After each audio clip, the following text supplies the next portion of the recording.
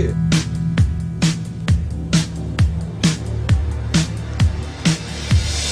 Up all night. Staying up all night. Up all night. Welcome back to the Mantry podcast. I am your host, Reggie Milligan. This podcast is all about helping you cook better, and we do that through audio, so you can throw one on while you're cleaning the house or while you're commuting, pick up a couple tips, so when you actually get around to getting in the kitchen, you're way better off and ready to go. So today we are talking about 6 tips to help you cook faster. So I want to start with a quote. Efficiency is intelligent laziness. David Dunham. Number 1, do a 1-minute mental walkthrough. Very, very, very simple tip that is very important. Too many people, when they launch into cooking something, whether it's a recipe or just freestyling, they don't take 1 second to just think it through. Literally just take 10 or 15 seconds and plan out the steps that go into making that dish. Read the recipe, read the recipe, read the recipe. Those are the 3 tips. You are going to have a way better chance of success if you read the recipe through even once. Super, super important. And like an Olympic sprinter, visualize each step by step in your head. It's one of the amazing things about being human, being able to visualize like this. It will greatly, greatly increase your success rate in the kitchen. If you look at something like putting together things that need to be finished at the last second. So let's say you've been cooking a pasta where you're finishing it with a pesto at the very end or something like that. If you just think about, okay, I got to dunk the noodles at that point, and then I'm going to be blending this pesto, and then I'm going to be pouring it over, and then I've got to strain the pasta. If you just do a simple mental run through, you'll be way, way better off. The second tip for helping you cook faster, set the stage. So this is a kind of a no-brainer, but not enough people do it. Turn on the oven, put on a pot of boiling water, and pull out all the appliances and groceries that you'll be using.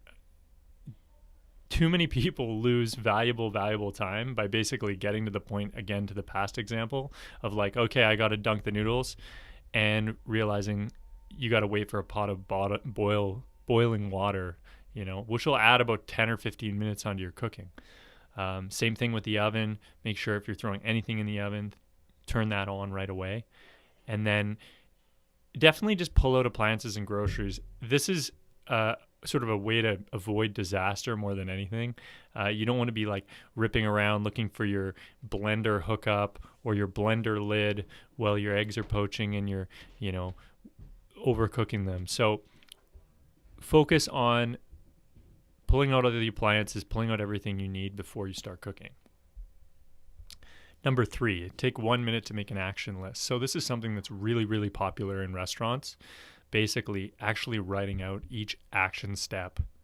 Chefs do this all the time, writing out each action step that you need to take in order to complete the dish. So a really simple example would be, again, with spaghetti with pesto, using that example.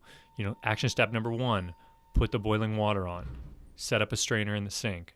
Action number 2, heat the pan. Action number 3, grate Parmesan. 4, pick basil. 5, peel garlic. 6, toast pine nuts in heated pan. 7, drop the pasta into the boiling water.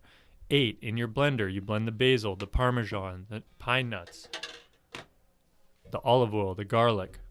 Number 9, strain the pasta, fold in the pesto. And number 10, plate. So you've done that in a sequential order where it makes sense. You're not kind of making the pasta or making the pesto and then realizing you need to boil the water. You're not putting in the first 2 ingredients of the Parmesan, then the basil into the blender, and then realizing you need to toast the pine nuts. There's a simple sequential order to doing things, and just jotting down a quick action list will set you up to be able to make a dish way better and way quicker.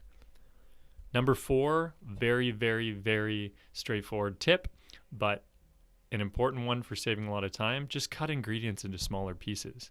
Taking 1 minute to chop the onions a little finer can save you 5 minutes in the pan.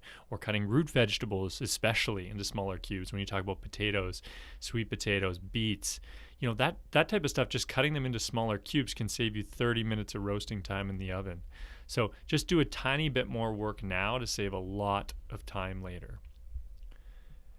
Number 5, another one you see all the time done in restaurants: peel vegetables over wax and parchment paper.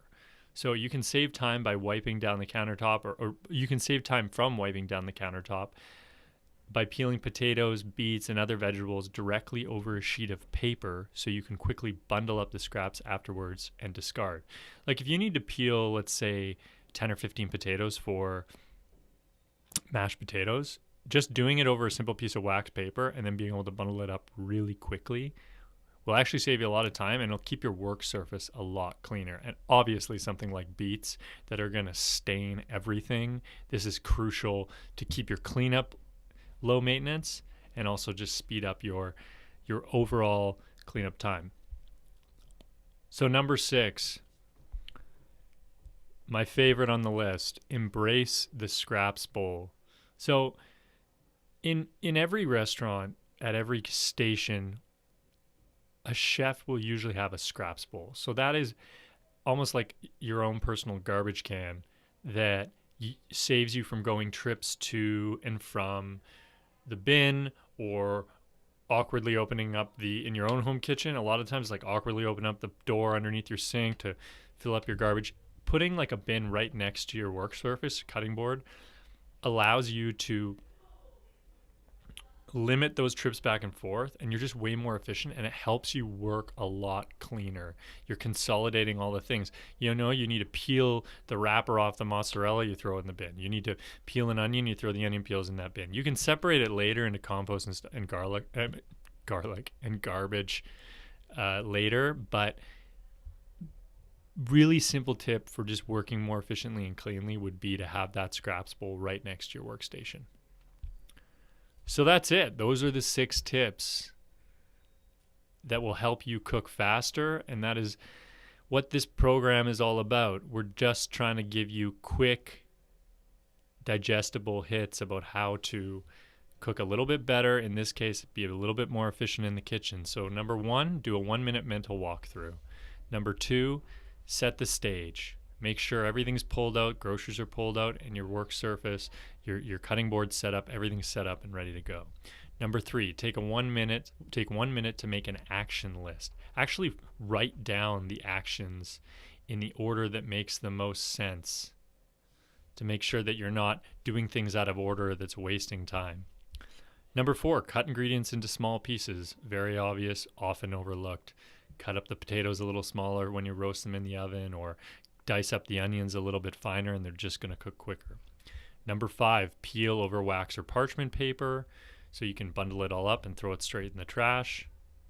And 6, embrace the scraps bowl. Always make sure to have a bowl right next to your work surface to cut down on useless trips back and forth to the garbage bin.